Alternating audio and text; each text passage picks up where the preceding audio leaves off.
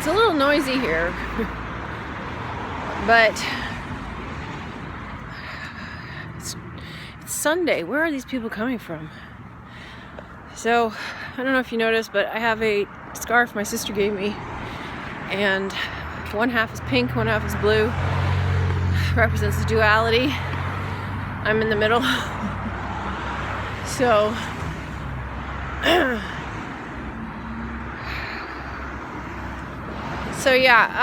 I'm talking about parallel universes. When I was in the 3D, I did not believe in parallel universes. I thought it was stupid. But nobody really explained it properly. But then again, I was close to it, so why would they bother? But I don't even know if those people actually knew or understood. But they just like this sort of sci-fi aspect. I don't know. I'll never know. Anyhow, I now know they are very real, and I know how it works. And I also understand time travel. I also understand teleportation, all of that stuff. So, a lot of that is easily understood when you practice law of assumption, revision, manifesting, all that stuff. So if you have sort of rejected it up till now, I encourage you to go and study it. My favorite channel at the moment is Manifesting with Kimberly. I still kind of look at RealmLife and Be Something Wonderful, not as much as Kimberly. And another decent channel is Sammy Ingram. But you know, find someone who resonates with you. It might matter whether it's male or female, whether it's young or older, but Kimberly resonates with me because she's a very straight shooter, talks in plain language, and I like how she discusses the nature of reality. I don't like listening to people talking like quantum crap. To me, that sort of distances people. But, you know, if that's your thing, that's your thing. So find someone who resonates with you. The thing about parallel universes that I do want to discuss has to do with changing your reality, and essentially, but also want to incorporate the star story. Everything that you desire comes from within you, comes from the essence of who you are, so you can't get away from your star story. The things that you think you want are presented to you. So it's not really free will. It's already there, already exists. You're just presented with something that you need at the time and asked if you want it or not. And if you want it, then it will come to you. If you want it at a certain level of experience, it will come to you at that level. So what I mean by that is, if you say you want to be a famous pianist, so you take piano lessons because something draws you to play the piano, and you're really, really good, but you have massive insecurities, fears, stage fright. It prevents you from performing. So part of your story, part of your journey is to overcome that fear. Do you want to be a pianist more than succumbing to that fear? Now, that fear could overtake you and you become a piano teacher, or you practice in your living room, or, you know, it doesn't matter, but you're still playing piano, or you give it up altogether. Each of those options is a parallel universe that exists now, and you've already explored it. So we're going through the sine wave, the staircase of the infinite possibilities, And you are living through one of those infinite possibilities right now, which is where you are focusing your consciousness. And you pull into your experience any aspect of any parallel life at any point in time, depending on what you want to experience and how you want to experience it. You can dip down and experience a lower frequency, or you can go higher, experience a higher frequency. The goal is to get to the top, to have it all. So if you look at Westworld, it presents you with 4 parallel universes. Each one is a season, and it's repeating the same story. It's just different iterations of the same story. And that story never changes. The character never changes. The thing she wants never changes. The main plot points never change. It's the same story over and over again. But there's different interpretations of it. So, same is true for your life. And you are currently living all your parallel lives at the same time right now. All the people you've met, all the things that you've done, all of the things you have interest in, those all represent links to your other realities, which I showed in my TV Watching You with the iZombie girl and the detective and the Brooklyn Bridge. So the Brooklyn Bridge represents the crossover points, like the post-it note in the 9s. And these are also reminders that you leave for yourself from your higher self to you, because those crossover points are reminders of who you really are. And the only way to get back to who you really are is to partly remember your star story, but also partly to line up with your best life, basically, to have it all. And how you do that is that you switch to different versions of yourself. It's all about you. So everything stems from who you are. The different versions of who you are, it's based on your thinking. So if you say, for example, you doubt that you can, like in the Adjustment Bureau, you doubt that you can have a relationship, and you doubt as well as a career. So you feel like you have to choose, because that's a limiting belief that you have.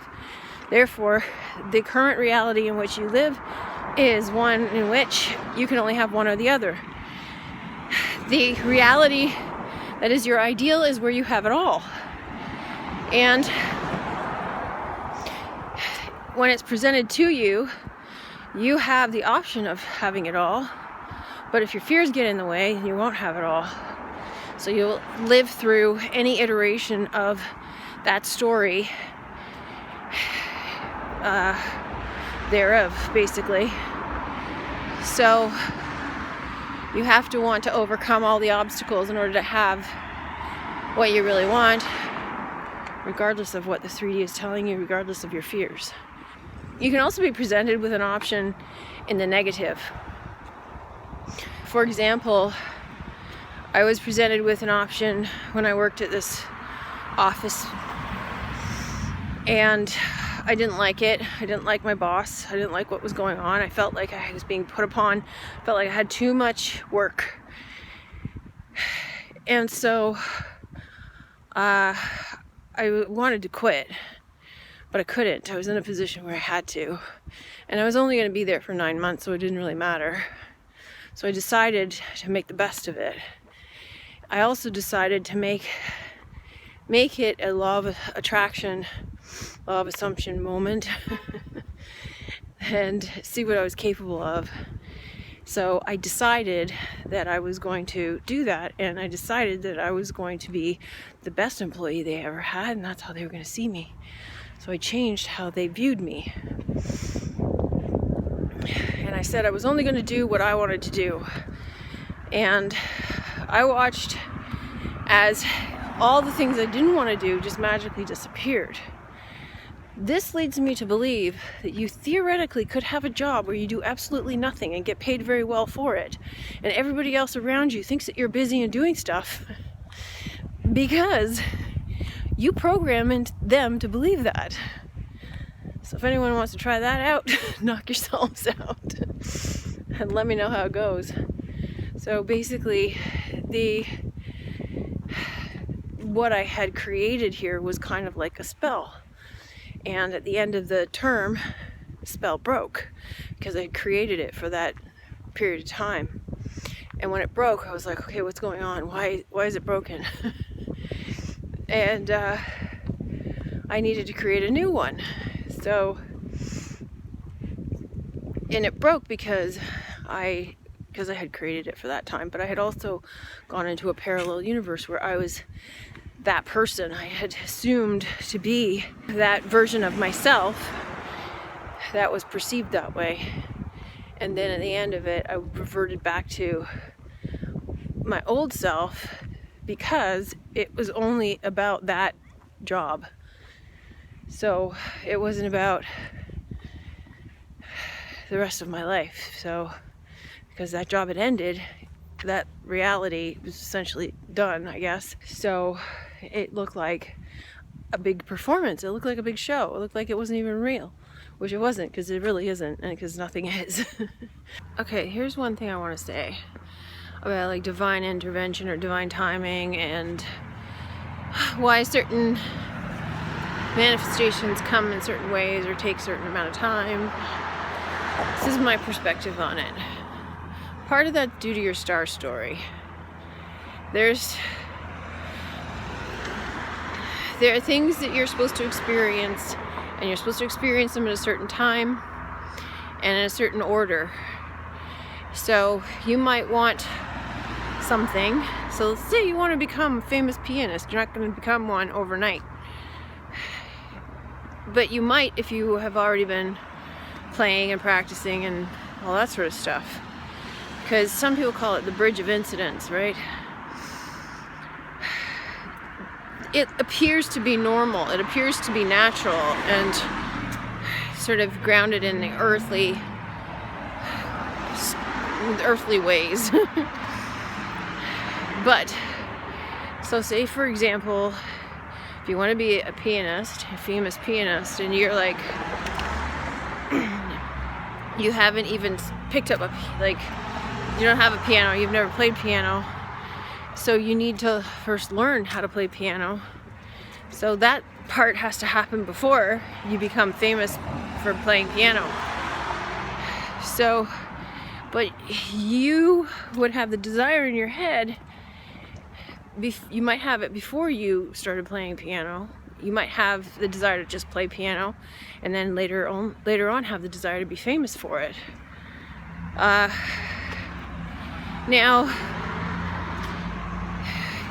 so there's certain events and things that need to happen in order for you to be famous. So if you have impediments blocking you from being famous, but that's your desire, then those things need to be cleared.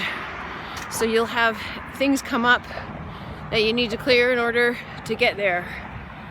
So sometimes your desire for one thing trumps your desire for something else. And you have no idea, because your desire to be a famous pianist is stronger than your desire to, say, play at a certain concert.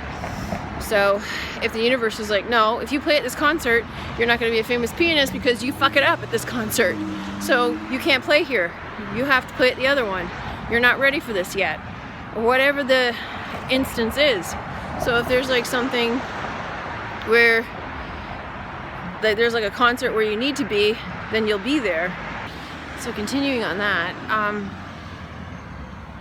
so your script is already written. So when you line up for another reality in which you have the thing that you want, like being a famous pianist, then there's a script that goes along with that. So you fall into that script, and the script that you're on right now has to bridge between this story to that story. So there are incidents that need to happen in order for you to get from where you are to where you want to be. And some of those incidents you may not like. They might look negative, they might look like impediments, they might look like in the Adjustment Bureau. All of those impediments, he had to overcome all those impediments. So they appear to be impediments, but really they were helping him, which is why that guy, Harry, at the end, he was helping them. He was being the one to say, you can have this, you can have this. But he was still on the side of the fear, right? So he was starting to make breakthroughs. And so when he was telling David, you can have this, and that, you know, this is an illusion, just keep going. You have to look at them as opportunities, not obstacles, not things that are getting in your way, preventing you from having what you want. So you persist in knowing that what you want is yours, and that these are the unfolding of events, and don't mess with them. Don't worry about it. The little piddly things that lead the way to where you want to be are irrelevant. It's just part of the story and the unfolding of getting you to where you want to be. I took a nap, and it's 2 hours later. I was just, I was wiped out. Oh my God. It was a good nap though. So if I was gonna say give advice to you on how to locate your parallel lives, I mean, I basically told you already. Significant things, seemingly insignificant things, things that stick in your head and your memory are crossover points into another life. Decisions that you made, choices that you were presented with, is a possibility that you had another life. Other than pure fascination of looking at your parallel lives, the main purpose for seeing them is to understand the nature of reality, to understand that you have the ability to choose how to live your life, and it already exists, and that's all you need to do. So you choose a different version of you that is already living the life that you want. And in choosing it, you become it.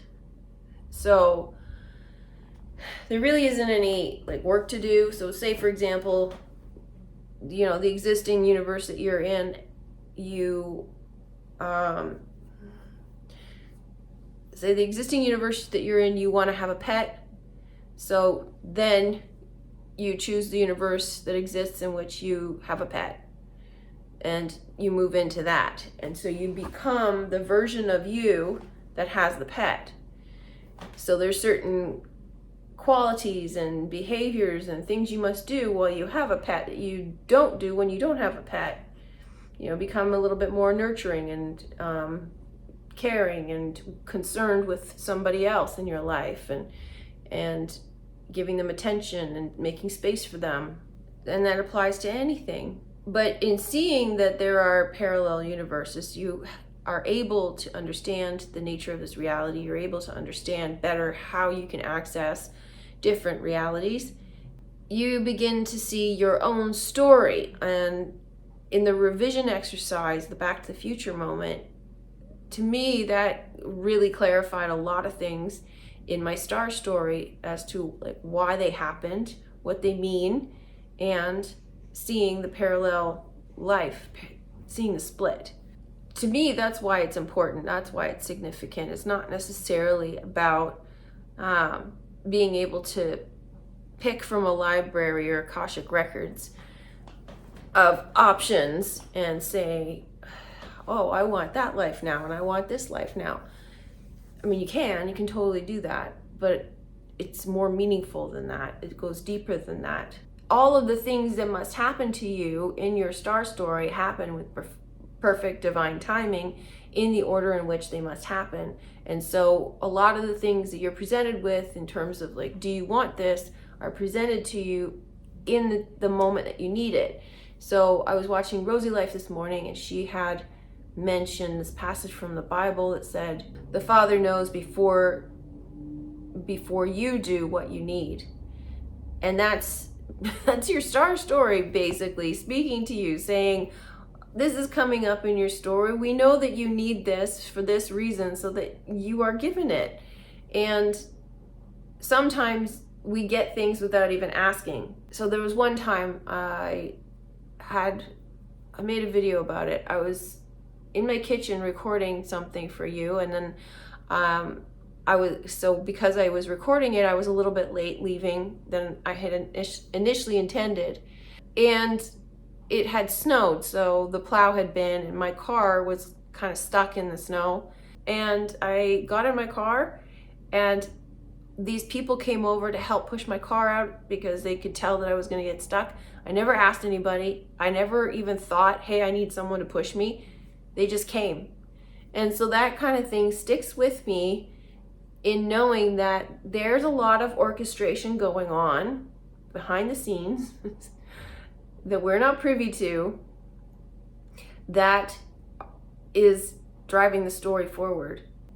So for whatever reason, there's these like delays or impediments that we think are impediments preventing us from certain things, but actually they're helping you, which links back to the Adjustment Bureau.